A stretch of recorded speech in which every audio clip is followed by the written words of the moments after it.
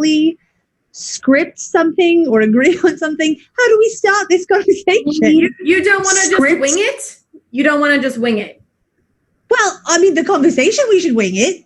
But I believe in plans. I believe in structure and logic. Yes. And I have, like, I want a to-do list. I want to check things off. I like adding things to the to-do list just to check them off. Sometimes I've done the thing, then I put it on the list just so I can check it off. You know, I think you should just like go with the motion of the ocean and just like see where life takes you. Because when it's not scripted, it's probably funnier than anything you'd come up with. See where life takes us? Is this one of those things that's funnier not having been scripted? Are you sure? You have to explain the joke to make it funny. I think that's how that works. But we are live. People are saying hello and they're waving. Hello, people. We wave at you too. Since we don't have anything scripted, do you want to like explain? I can explain what's happening. You're going to explain something to me? Oh, now the pressure's on. All right. Well, hello, all in the ether. My name's Thalassa.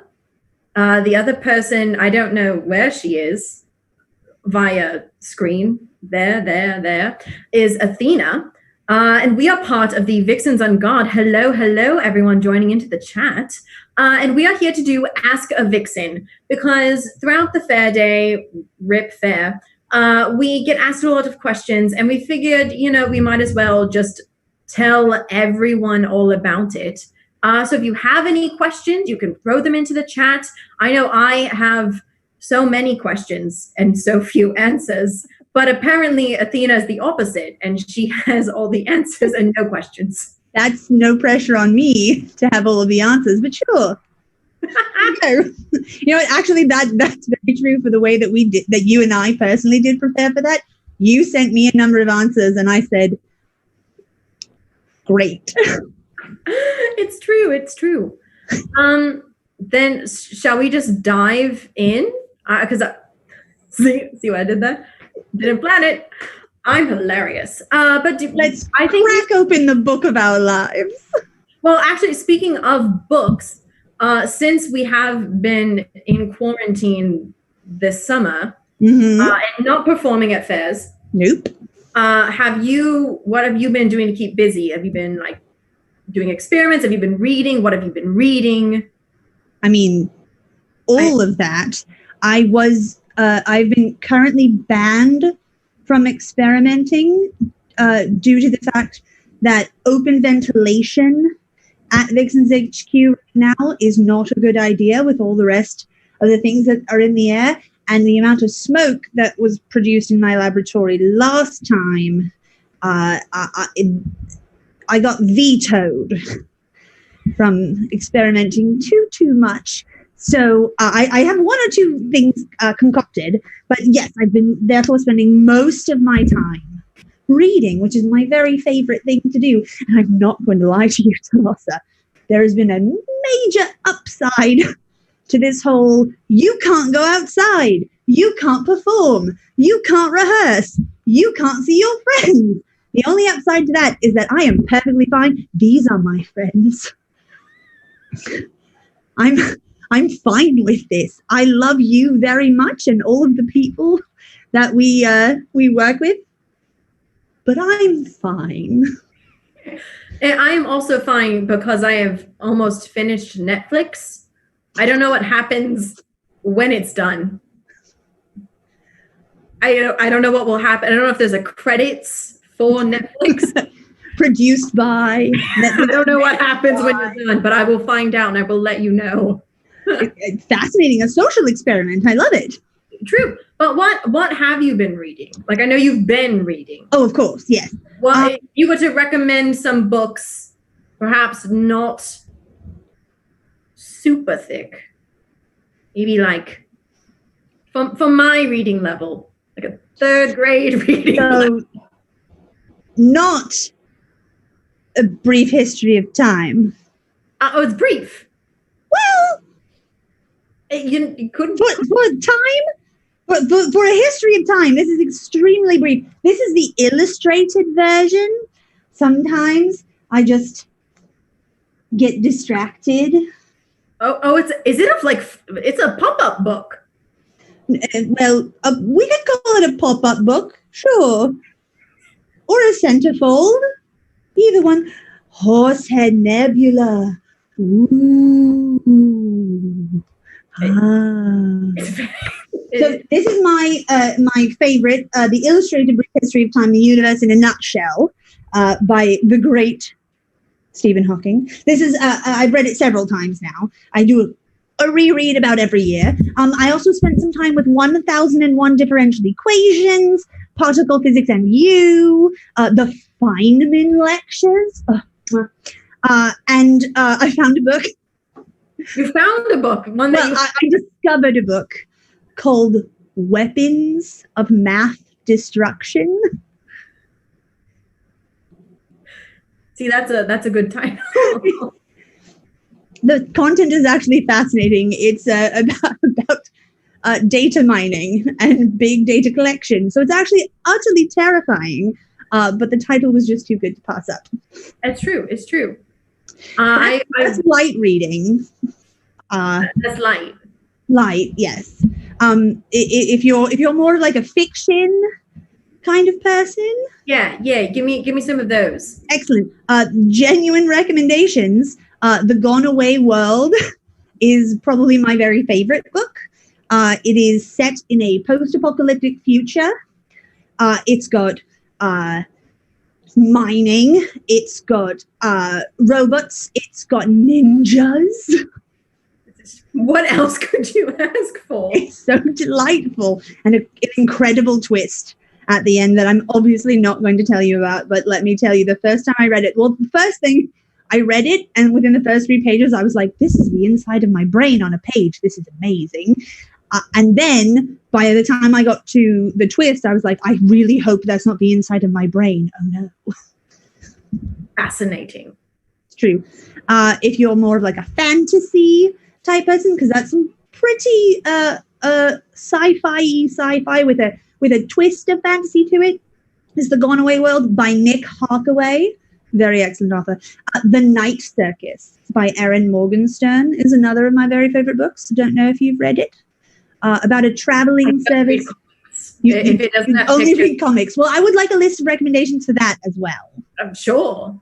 I mean, honestly, I've just been rereading all of the Black Panther comics. As well, you should.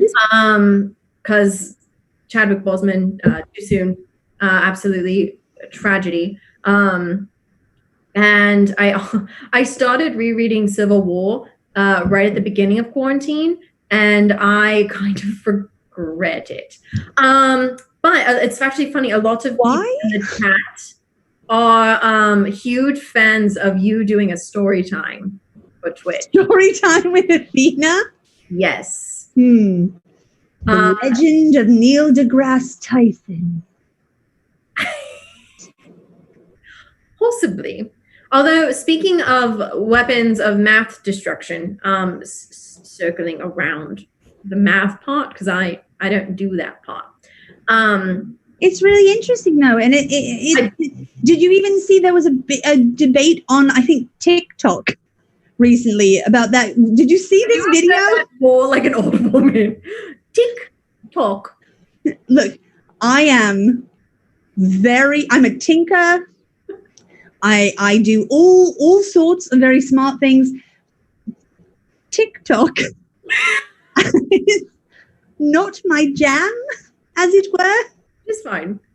But I did see a video recently. I believe it was a girl doing her makeup. It started out like as I'm going to do a makeup tutorial, but then all she kept talking about was, is math real? It went on for the entire video.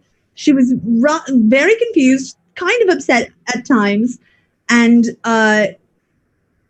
got absolutely destroyed by the internet. And then a mathematics professor responded, I don't think on TikTok itself, I think on some sort of written format, which is what I would do as well, responded to her with like, no one should laugh at you. These are valid questions. These are what math philosophers and theoreticians are trying to answer all the time. It was brilliant.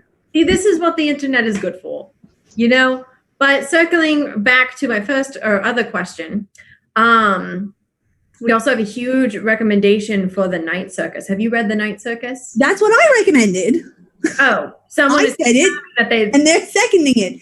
Good on you. And if you haven't read The Starless Sea yet, you should read The Starless Sea. What? I just saw Read Night Circus in the chat, and so I just assumed. I agree. And The Starless Sea. It's brilliant. That's her second book. Oh, there's a second book? They're not related. Oh, okay. Good. So anyway. Erin Morgenstern, for a very long time, had only published The Night Circus. And it's so brilliant that the world, the internet, and everyone were clamoring for more. And she was very silent and tricksy about it. And then, boom, dropped The Night Circus last year. Oh, no, I'm sorry, dropped Starless Sea last year. Fascinating. But yes, I do have a new question for you. Speaking of weapons, do you actually have a favorite weapon? I know that in our shows, we mainly use rapiers. Sometimes we use broadswords, sometimes we throw in daggers, sometimes there's other... The occasional karambit. Okay, sometimes. Which belongs on your finger and nowhere else. It's, if you know what I mean.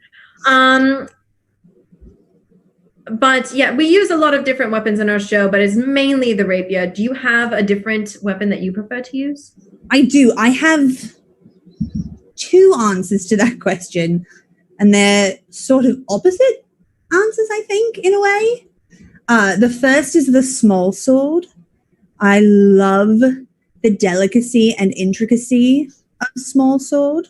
It's precise. It's vicious in a way that is there's so much thought and practice that goes into it. There's ways that you have to hold it. Your hand is in supination rather than pronation, where we normally are with a rapier, and so the weapon is just For those watching at home, can you explain pronation and supination? I can. They're the positions of your hands, the anatomical terms for the position of your hand. And I have, I don't know if you've actually heard this one, Thalassa, a handy mnemonic device to remember which one is which. If I have a cup of soup, I am prone to spill it. I love that. I needed that when I was learning sword fighting. I definitely teach my students with that because it's hard to remember. They're big words and we don't ever really use them. The only other people who are really familiar with those terms besides medical professionals are runners. Because when you talk about your feet and whether you are balancing on the outside edges of your feet or the inside edges of your feet, you talk about, let me think about this. It feels, I'm probably going to get this wrong because the way that runners use it feels backwards to me, and so I can't ever remember which one it is. But I believe if you run more or walk more on the like inside edge of your feet, so like the ball of your foot and your arch, I believe that's pronation. And if you're on the outside edges of your feet, you're supinating. All I know is that there is a very sheer cut to the heels of all of my boots. Oh, I heavily supinate. Good to know. But that's a good like trivia for. We should do Vixen trivia after we've done Ask a Vixen for everyone. I love it. We should do a trivia show, and all the people that watched at home get points. Anyway, let's just have a. How will we reward them? How will we know if they've won? Yeah. You're all winners to us. Oh, What's your other favorite? My other is the knife, because you just get all up in there and it's all close and just stabby. It's like you're just eviscerating someone with it, and it's basically a vivisection. And I'm very interested to see what happens to the body when that happens. How about you? I love long weapons, if you know what I mean. So I really like the trident is my favorite, hands down. However, I do really love quarterstaff, only because it's like a trident, but both sides are the same. So it's the long form versus the short form are just really cool. I like keeping people far away. If I'm in an actual fight, I want people to stay as far away from me as possible. And then if they get too close, I'll just like kick them in the knee and then run away. Excellent. Sorry, you said kick them in the knee, and I can't believe I'm about to say this on the internet. My father had a little cheer and a chant that he used to. I can't believe I have to now. My father used to do a little chant, and it would go like this. I'm so embarrassed right now. Rah, rah, ree, kick him in the knee. Rah, rah, ras, kick him in the other knee. We have peaked. We have peaked. Wow, yep, there it is. To the good friend who asked about a double trident, I mean, yeah, in a perfect world, double trident all the way. However, discuss the practicality of that. Oh, it'd just be cool. It would just be really cool. I'm not a practical person. Like, why not? Let's have like a 3-pronged stick that's as long as a trident, and there's just 3 tridents all together. Why not? You know? Proposal. Try trident.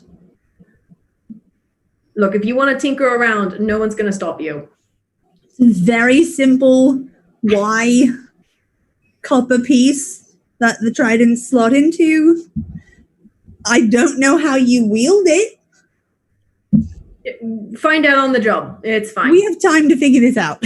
We have so much time. Another question, though, that did come in, it's a little bit more factual and serious. Do we want to hold on that? Because I just want to keep on the tridents for 1 minute. Oh, sure. Just to clear things up, because speaking of tridents and Triton, Lord King Triton, do you just want to clear up for now your relationship with the Little Mermaid? Yes. Once and for all. Pay attention. I, yes, have met Ariel. I'm not a fan. We get along. We are civil. However, no. Just no. Her father is a single father raising 9 children on his own while running a country. And I'm sorry, she just does not understand the gravity of how much he is trying to relate to her. And just instead, anyway. I'm so shout out to all this. They're a sweet couple, but. So I assume that you just bought something off the registry. Oh, absolutely. Absolutely. Well, shout out to all the single parents out there doing their best, and we apologize for ever having been teenage girls.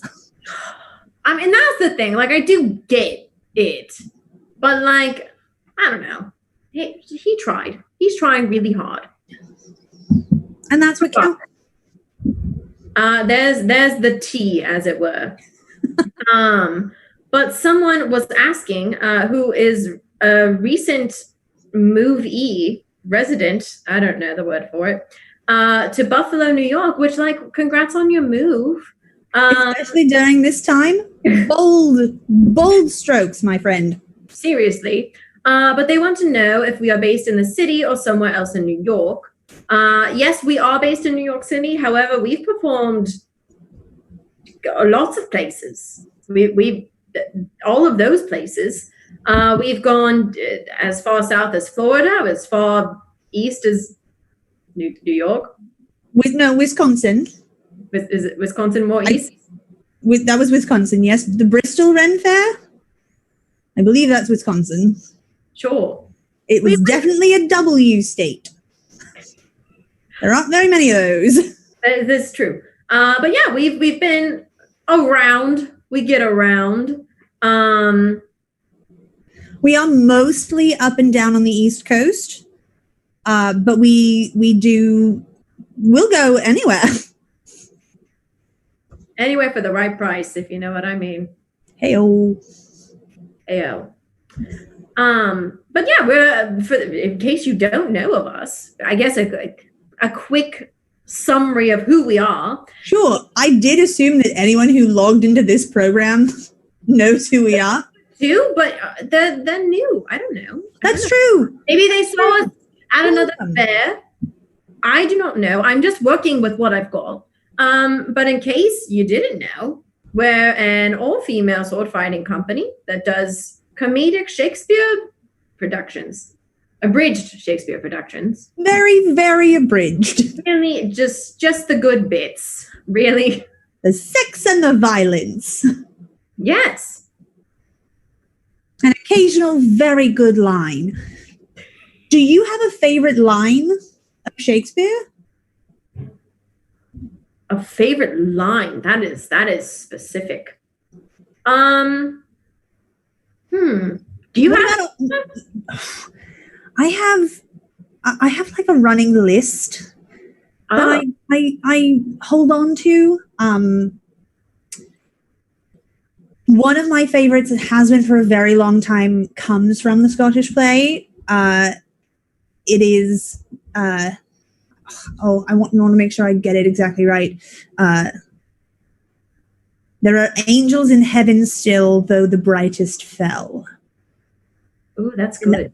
I find that so evocative, and I find that really hopeful, and which is bizarre coming from that play in particular, but to say that even though there is great evil in the world, or that even though things may seem incredibly dark, that there is still light, there is still hope, and that's not exactly the context of this line, but it's how I think of it in my daily life. I have others as well. But that's the one that jumps out to me. I guess I do in the world we're in right now. Sure. I guess I do like the line about hero. Though she be small, she be mighty. Ish, something like that. The line about Hermia, though she be Hermia. Yes, that one. Though she be but little, she is fierce. Yes. Listen, do abridged versions. I don't know the actual line. That one's really important to know, though. Do you know the line that immediately precedes that? No, I do not have all of Shakespeare memorized. Fair. The first half of the line, it's going to escape me. See, you don't have to memorize something. She was a vixen when we were at school. And I've forgotten the first half of the line because the last part's the only bit that matters. See, you only need to abridge it. It's just like the important bits is vixen and fierce, and that's like us in a nutshell, really. It's true. So then, what about like an entire role in Shakespeare? And maybe we could break this down into two different parts. Favorite role that you have gotten to play / dream role, or just favorite role that exists in Shakespeare? Ooh, I'm loving all the like quotes that are showing up in the chat. I hope that you know what, if you're out there correcting my Shakespeare, fine. Great. Yeah, we need a fact checker. I support you. Okay, I think a dream role. I want to be evil. I would love to be like, I love how I just like food Ariel, but I want to be like Goneril and just be like a really angry daughter who just hates her dad. I think that'd be really fun. She's got like a good couple of speeches, and I'm just like, ooh, she's angry, girl. But my favorite role that I have played it's got to be Mercutio. He's just like just a good time. A lot of fun. It's just so good. How about you? What's your dream role / role? I mean, dream role in Shakespeare. That's tough. I may borrow your answer slightly and say Mercutio, because even though I get to play him in our versions of the show, I would love to dig into Mercutio for an entire, like, do the play and dig into that. I think that would be really, really fun. My favorite role that I have played in Vixens is young Seward. Or depending on what I do that day, it's young Seward a lot of the time. So we need a full demonstration of that, I believe. I might have the beanie. Are you going to go all out? I would have to leave you alone on screen and like dig through a bag. I won't do that. But in our version of the Scottish play, young Seward, much like in the actual play, makes a very brief appearance, largely out of nowhere, only to be slain rather handily by the Scottish king. He does get considerably more lines and stage time in the full version, but frankly, so does everyone. To stand in stark contrast to our ferocious king, every vixen has a different take on young Seward. Hera has a beanie hat with a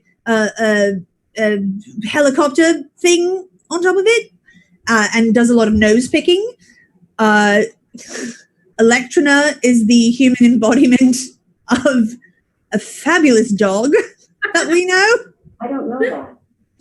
And I have decided that I am a young upstart who demands to be taken seriously.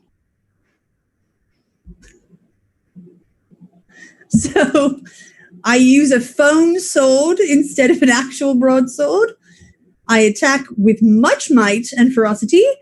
And oftentimes we even cut the choreography short because the foam sword does not stand up to the double steel broadswords.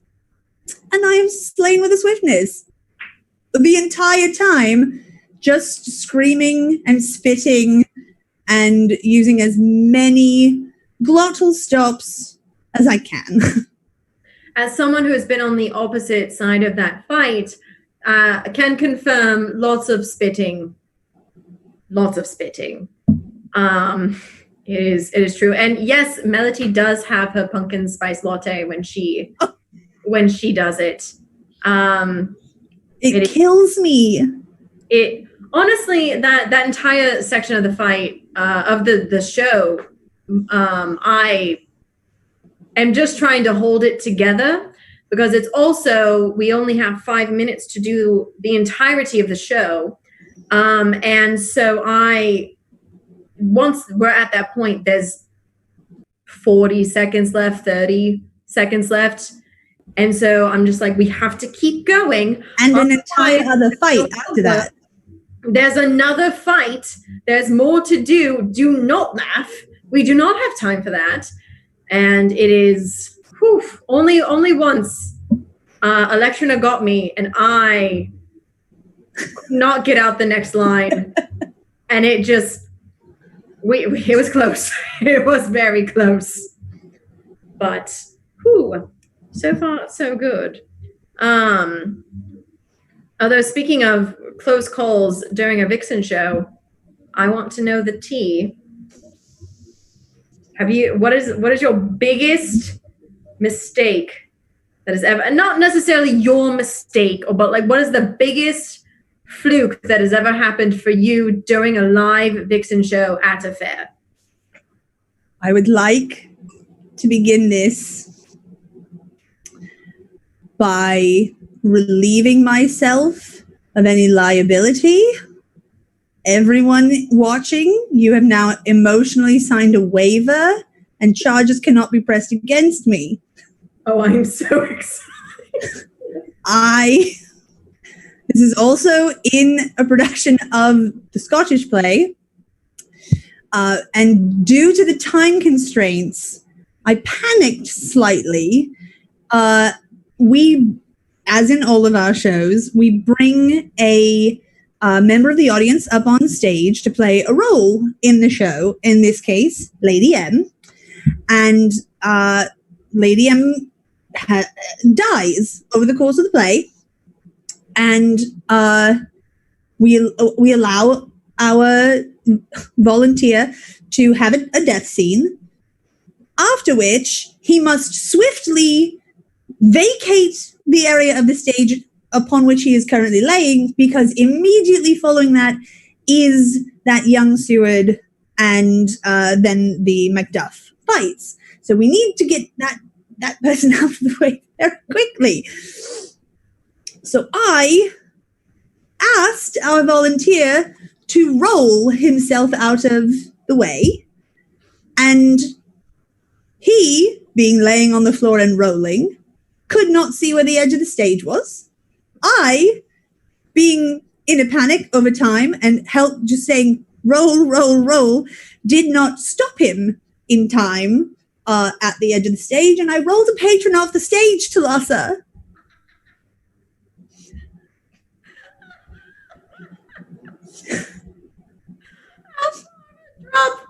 I need to know.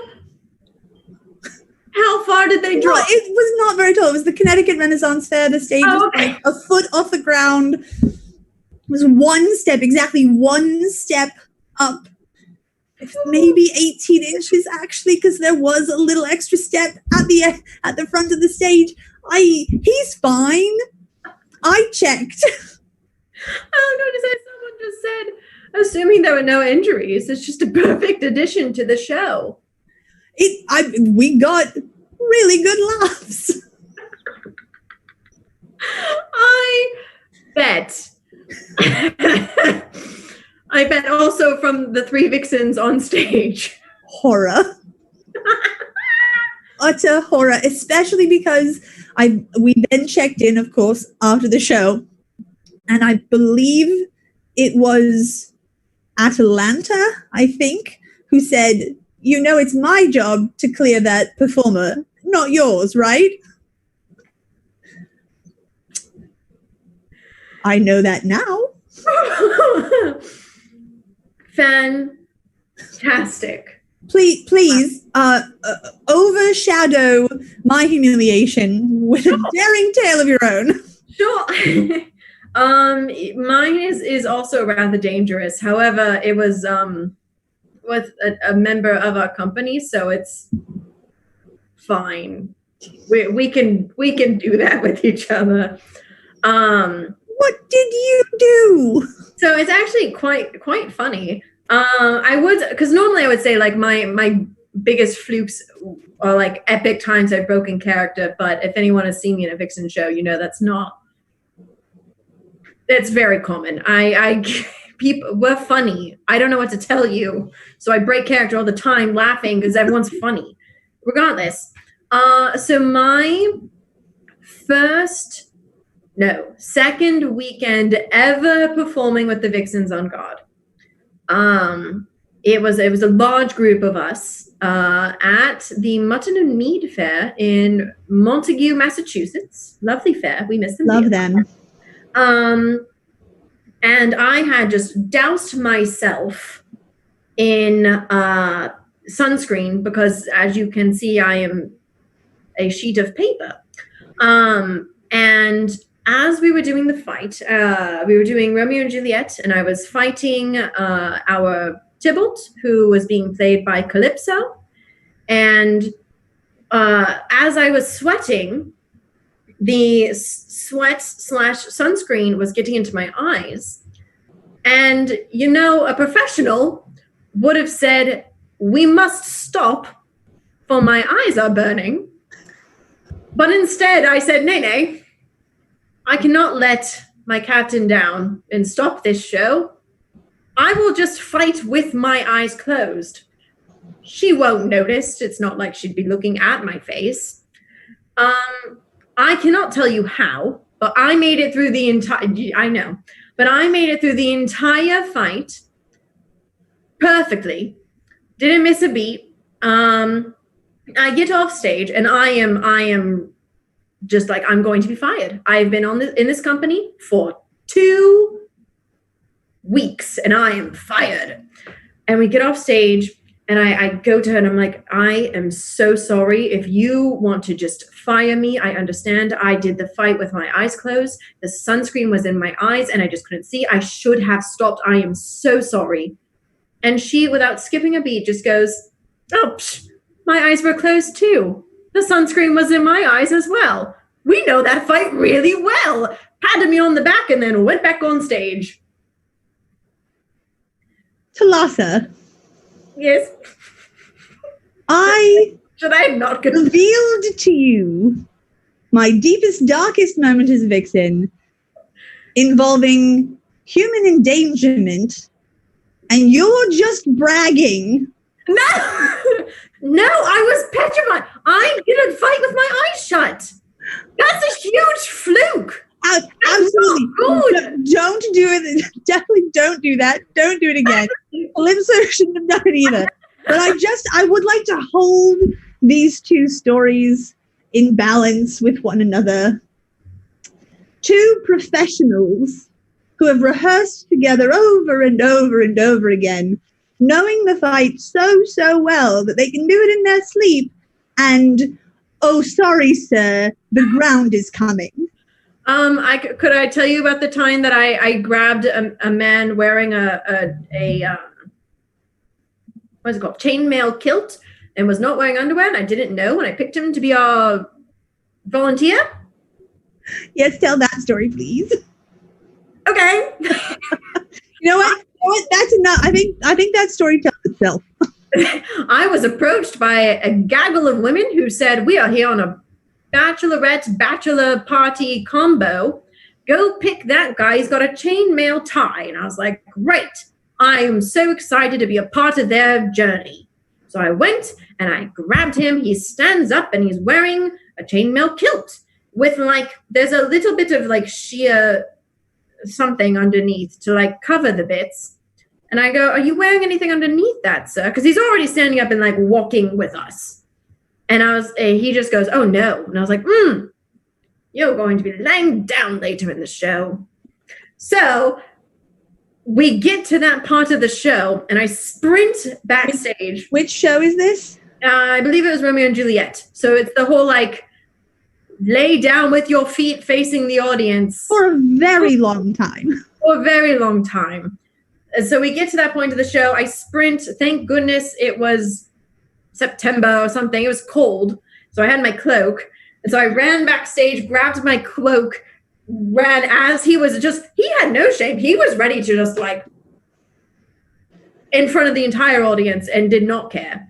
But I got to him in time, covered the bits that did not need to be seen for a PG-13 show. And we continued on with the day. I like this story. This is a better story. It makes me feel better. That's why we're here. Actually, it's Buff Athena's Ego Day.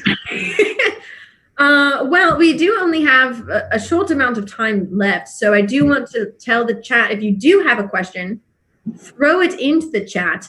But while you're thinking and mingling over some possible stories, I think we should play my favorite game, which is Wed, Bed, or Behead. Ooh. Yes. All right. Wed, bed, behead. Bed, behead. I think we should do Shakespeare characters, or at least my round is going to be Shakespeare characters. All right. So I want to do some Shakespearean villains. How do you feel about that? I feel all sorts of ways about Shakespeare villains. All right, great, because you need to feel 3 ways. So let's do wed, bed, behead for Iago, Richard III, or Maccas. Oh no. All right. See, I feel like there's a clear answer to at least one of them here. I feel like you have to behead Richard III, but also could be very interesting in bed. I'm going to behead Richard III. I'm going to wed Maccas, I guess. She lives for most of the play. No, you're right. You're right.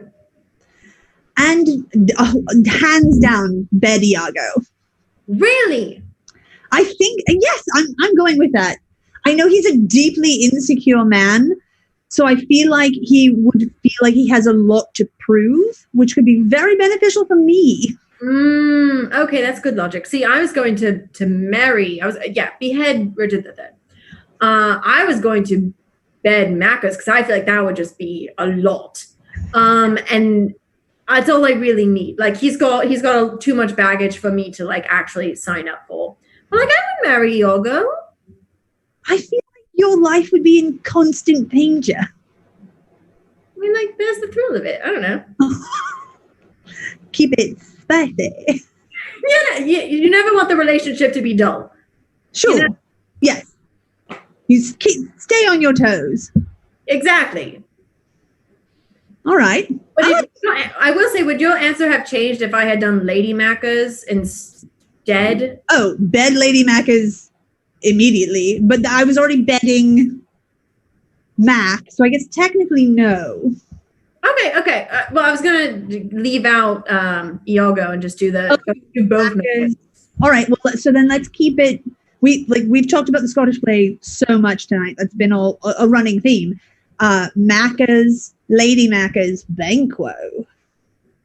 Ooh.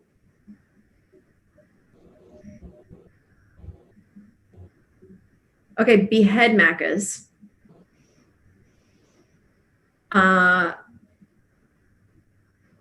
Marry Lady Maccas and bed Banquo, I guess. Strike that, reverse it. You marry Banquo. No, I want to marry a strong, independent woman who knows what she wants. I want to bed a strong, independent woman who knows what she wants. Liz, fair enough. Absolutely fair enough. This feels good. I'm content with these answers. I approve as well. Yes.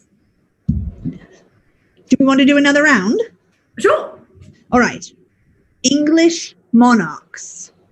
Okay. Queen Elizabeth. Okay. The first, because of when we are. Henry V. Okay. And Ethelstan. Who? King Ethelstan. The first. You can't just say king and just pretend like that means. The first king of all of England.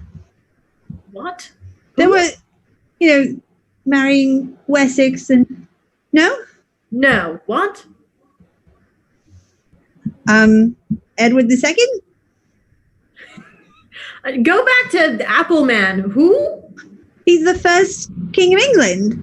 The first king of what was known collectively as England. He's very old now. Okay, all right. I'll marry him for like political gain. That sounds like that is a good call because you've got two different factions already coming together. Yeah, that sounds like a safe. We'll just marry whoever this man is. I'm sure that's fine. Sure. Behead Henry, and then bed Elizabeth. I think I'd probably go with the same answers on that one.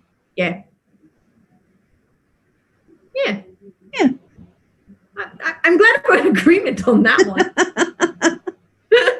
The problem with agreeing on them is then there's no debate. We don't get to dig in to the value of bedding Lady M versus marrying Lady M. And there's an interesting debate there to be had. It's true. It's true. I mean, I think both are great choices. You can't go wrong. It's true. I think both are solid. I'm trying to check the chat. I'm not seeing a whole lot of questions. Did you have any other, like, what's like a, you know what? I've always wondered, what is that scroll you always have rolled up? Oh. Like always on your person. It's a treatise. Sometimes more of a diatribe, but mostly it's a treatise. I actually have it here. Oh, wait. I haven't untied this in a very long time. There we go. It is a discourse on a psychology of and around killing in Hamlet and Romeo and Juliet. I'll read it to you now. The psychology, the question of the psychology of violence is not a new one. There's endless research on the psychological effects of victims of violence. A bit of it has torn away. I've lost a bit of the first page of the years, so I'm just going to make those parts up. As much work has been done to understand the mind of the marshmallow killer and the violent psychopath. However, we're getting story time with it. Follow-up question. I have like 20 more that's pages. fine. We'll get to it, I'm sure. Do you have any geography? Pets. You have a pet? Just a simple question. I have some cultures in a petri dish. Does that count? They're living. I named one of them Fred. Though, so like, sure. That's fine. Do you have anything else? I thought I saw a cat at the beginning of quarantine. Oh, yes. She's in a box. You keep your cat in a box? Yes. You can't open the box because then you'll know what's happening to the cat. Her name is Ada Lovelace. She's been in there a very long time. Is she okay? I don't know. I'm not allowed to know. We can't know. She's both okay and not okay, but we can't actually open the box to find out which. I recognize that taking a thought experiment to explain a theory of quantum physics and putting it into practical effect with an actual living creature is possibly against the Geneva Convention. But I'm doing it anyway. That's fine. I'm sure. There is a question with to be perfectly frank, my dyslexia cannot read. No. But it says, maybe you'll understand this more. How do you feel about Marquisio? Unless it's supposed to be Mercutio and it is misspelled.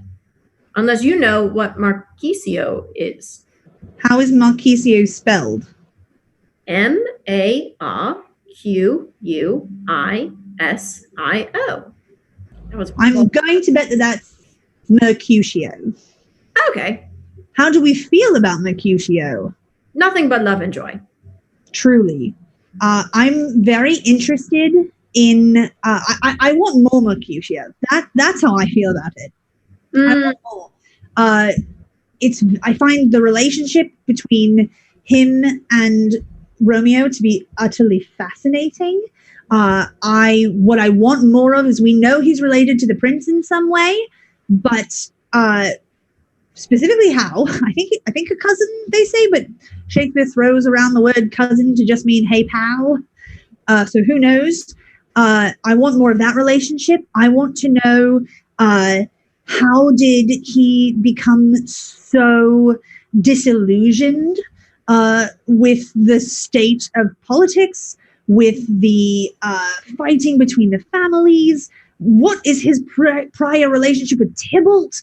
I want to really dig into that and figure it out. There are many people who have theorized that Mercutio has PTSD, which I find a fascinating approach to thinking about him and why he would be very dismissive of Tybalt, given that the way that he talks to and insults Tybalt is the way that a soldier would talk perhaps about someone who professes their not to denigrate the sport of fencing, but a sport fencer versus a military special ops. And if you were going to say who's the best fighter here, the sport fencer, being the pretentious dick that Tybalt is, would, proclaim his footwork and his prowess and the ways that he has studied and the masters and the learning, blah, blah, blah. And the soldier would probably just walk up and shank him. And I find that to be a really interesting way of thinking about Mercutio. There are so many things to think about Mercutio. On the flip side, even though Mercutio is possibly the funniest thing I've seen in the chat, well done. I personally don't necessarily see a bad thing to his death happening so early on in the show, because when you play him, you get to play this really cool part, and then you're just like off the clock until curtain call, which is like really slick. Like that's what you want. You want to just like go in, make a name for yourself, and then just peace out and just chill out backstage with all your friends. Like that's choice. That's like some Moonlight stuff where like people give you awards and you're in like 7 minutes of the movie. It's great. Oh yeah, best supporting actor, yes. Yeah. So he's like in the scene for like 7 minutes, or in the show for 7 minutes. Regardless. I think that's what I love. Like, so from a more dramaturgical standpoint, what I love about that moment in the play, that Mercutio's death, is, were it not titled The Tragedy of Romeo and Juliet, and were we not given the prologue, admittedly, which tells you exactly what's going to happen in the play, if you ignore those two little pieces of data, which you shouldn't ignore data, but let's do for now, the show would be a comedy. You'd assume that Shakespeare had written the comedy of Romeo and Juliet for the full first 2 acts and half of Act 3, Scene 1. It is when it's not even until Tybalt kills Mercutio that the play turns. And I find that to be brilliant on Shakespeare's part. It's well, perhaps not well known. It should be known that Shakespeare's tragedies are often very, very funny. But the whole first 2 acts being set up as a silly romp between 2 families who don't want their teenagers to fall in love, but they're gonna rebel and fix the world. And then no, shut it down, pack it up, go home, take your ball and leave. Totally different play now. And I love that about the character, his function, and Shakespeare's brilliance. I would say there is a reason Romeo and Juliet is so overdone. It is a very well constructed play. For sure. True. Well, on that note, I think what are you? All right, never mind. One last question. What are you drinking? What are you drinking?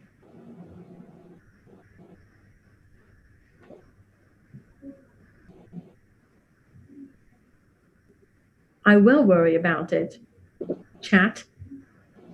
I really hope that's not poisonous. What was that? I don't know what you're talking about.